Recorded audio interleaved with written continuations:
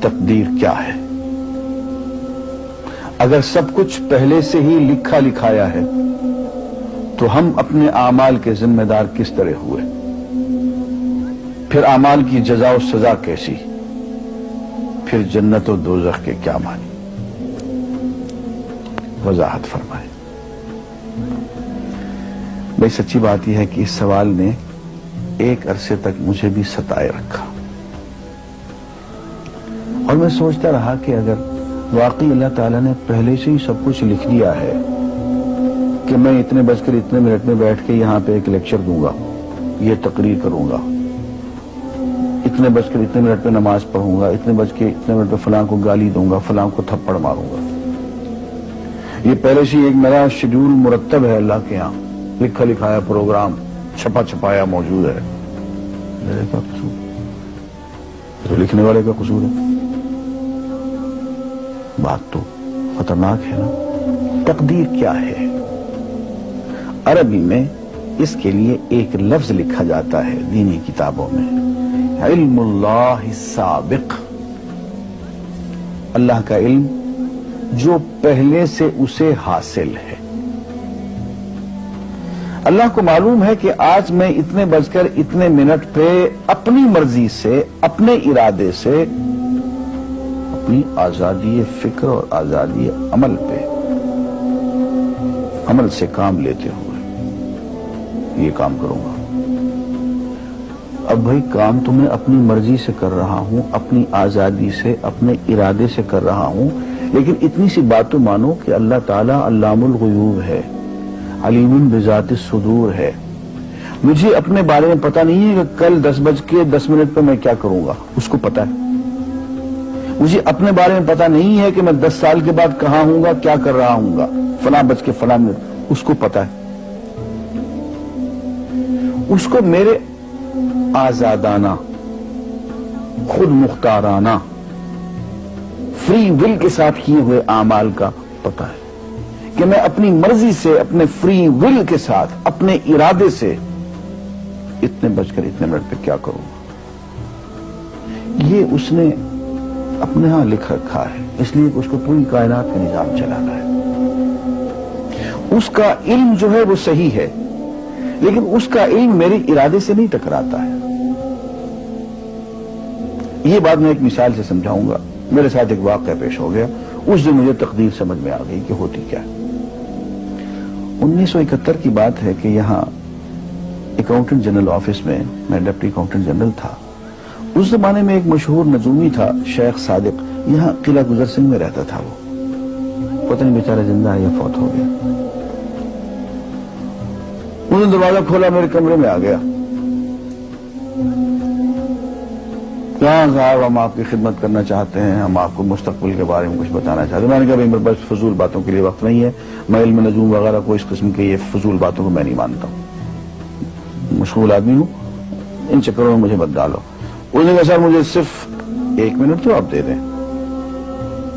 میں نے کہا ہاں 1 منٹ دیتا ہوں۔ اس نے ایک بہت بڑا کاغذ میرے سامنے لکھا جس پہ 40 خانے بنے ہوئے تھے، 40 چیزوں کے نام لکھے ہوئے تھے، مختلف چیزوں کے نام، کتاب، قلم، اینک، کاپی، دوات، پینسل، میز، بادل، برکھا، مسجد، مندر، ایسی ایٹ رینڈم چیزوں کے نام، 40 چیزوں کے نام لکھے ہوئے تھے۔ انہیں کہنے صاحب آپ ان میں سے کسی ایک چیز پہ انگلی رکھ دیں یا اس کا نام آپ اس کاغذ پہ لکھ دیں۔ اور مجھے یہ کہتے کہتے اس نے ایک پیس آف پیپر میری میز سے اٹھایا اور اس پہ کچھ لکھا اور اس کو یوں الٹا کے رکھ دیا۔ میں نے کہا تم نے یہ کیا کیا؟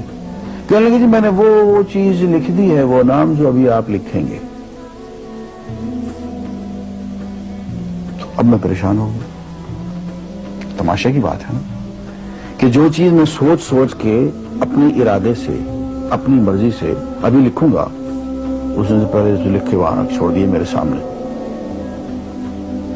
اب میں سوچ میں پڑ گیا کہ یار وہ چیز لکھوں جو اس نے نہ لکھی ہو، کبھی میں اس کا ارادہ کروں، کبھی اس کا ارادہ کروں، تنگ آ کے آخر میں نے کسی ایک چیز کو لکھ دیا کہ میری یہ ہے۔ اس نے جب وہ الٹایا تو وہی چیز نکلی۔ اب پتہ نہیں یہ کیا چکر تھا اس کا، خدا ہی جانے۔ کوئی اس کا علم ہوگا، کوئی فن ہوگا، کوئی تک بازی ہوگی، تک بندی ہوگی کوئی.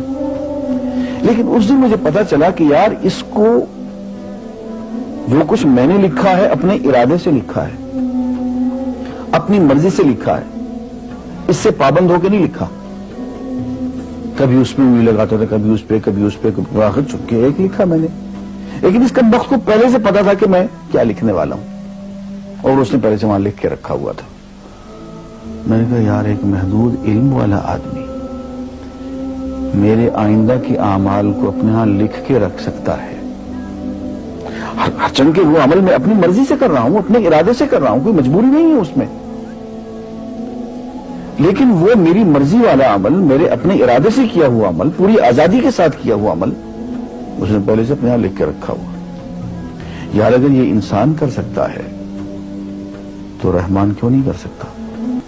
اس نے میرے سارے اعمال جو میں آئندہ چل کے کرنے والا ہوں, وہ سارے کے سارے اعمال اس نے اپنے یہاں لکھ کے رکھے ہوئے. اس کو انتظام کرنا ہے, میرے رزق کا انتظام بھی کرنا ہے, آگے میری زندگی, میری موت میں, میری قبر میں اکوموڈیشن کا پتہ نہیں کہاں کا میرے اس نے انتظامات کرنے ہیں. تو میرے بارے میں اس نے سارا کا ڈیٹا کلیکٹ کر کے رکھا ہوا ہے اپنی انفارمیشن کے لیے کہ یہ اپنی مرضی سے کیا کیا کچھ کرے گا. تو اس کے لکھے ہوئے ہونے سے میری مرضی ختم نہیں ہوتی, میری ذمہ داری ختم نہیں ہوتی, میرا ارادہ, میری فری ول ختم نہیں ہوتی. یہی وجہ ہے کہ ہم جو اعمال کرتے ہیں اس میں سے اللہ تعالیٰ اس کی کچھ ذمہ داری ہم پہ ضرور ہوتی ہے. کچھ کام اللہ تعالیٰ کا ایک نظام ہے, اس میں شاید ہماری ذمہ داری نہ ہو, وہاں جبر ہو. لیکن کچھ اعمال ایسے ہیں جن میں خالصتاً ہمیں آزادی حاصل ہے, ہمیں اختیار حاصل ہے, ہم ان کے ذمہ دار ہیں, ہمیں ان پہ جزا ملے گی, ہمیں ان پہ سزا ملے گی, اللہ تعالیٰ بچائے. اور جزا ملے گی تو جنت ہوگی, سزا ملے گی تو دوزخ ہوگی. لیکن آزادی عمل اور ارادہ ضرور ہے. یہ الگ بات ہے کہ اللہ تعالیٰ کو پہلے سے ہی معلوم ہے کہ ہم اپنے ارادے سے اور اپنی آزادی اور اپنی مرضی سے ہم آج اور کل اور پرسوں اور سال بھر کے بعد اور 10-20 سال کے بعد ہم کیا کیا کریں گے اس کے ہاں لکھا ہوا ہے. وَعِندَهُ عِلْمُ الْكِتَابِ, اس کے ہاں سب کچھ لکھا ہوا ہے. لیکن ہم جو کرتے ہیں اپنے ارادے سے کرتے ہیں اور اس کے ذمہ دار ہیں. وآخر دعوانا الحمدللہ.